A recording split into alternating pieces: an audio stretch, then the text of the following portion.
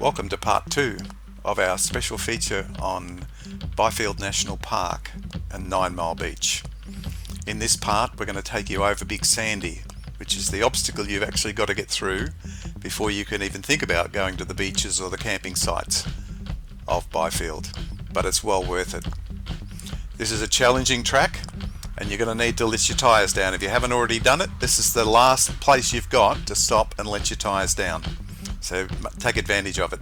We let ours down way back before the forestry tracks because it's so corrugated through there that actually running 18 pound pressure along those tracks really reduces the amount of vibration in the car.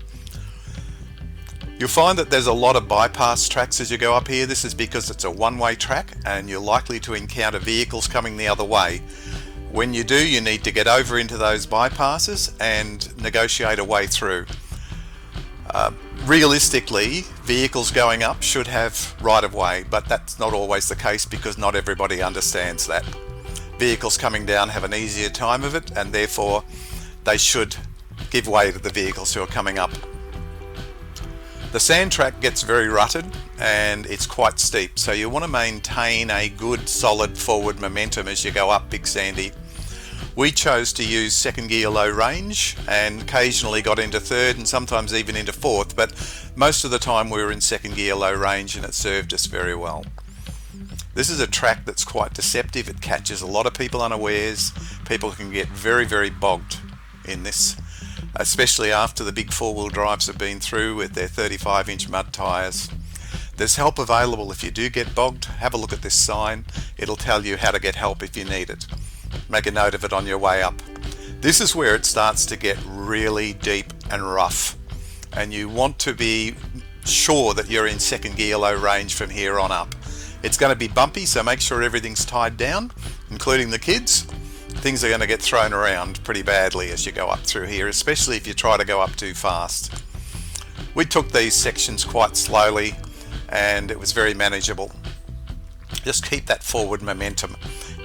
If possible, you do not want to stop as you're going up Big Sandy because getting started again will be difficult. But if you're going to stop, pull into one of the bypasses. It's a lot easier to get going again and you're not going to be in people's way while you do it. The really bad parts of the track are separated, so you've got your own up and down sections to use, which is really good.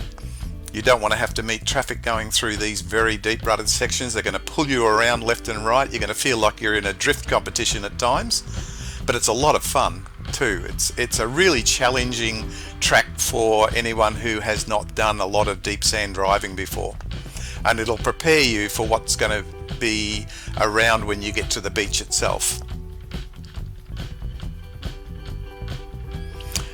As you can see, the big guys have been through today. There are lots of deep ruts, lots of crossovers, and some very narrow sections too, where you're going to have to maintain your line very closely to avoid hitting the sides.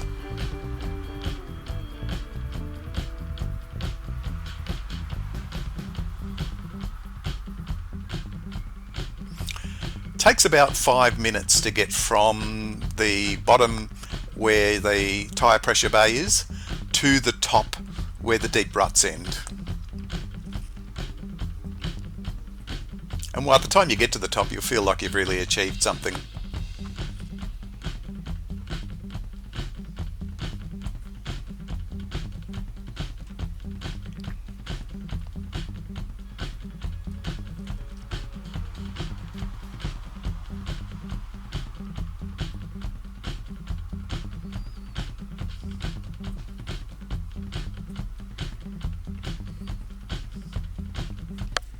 As the track begins to level out, you need to think about where you're going from here. If you go straight ahead, you're going to be on the Stockyard Point track, which will take you down to Five Rocks Beach. If you take the right-hand track, which is called the Southern Access track, that's going to take you down to the campsites like Murtala and Melaleuca, Pandanus and Casuarina that we cover in our next video. Thanks for joining us. I hope you enjoyed it, and I hope you'll join us for part 3. Coming up next.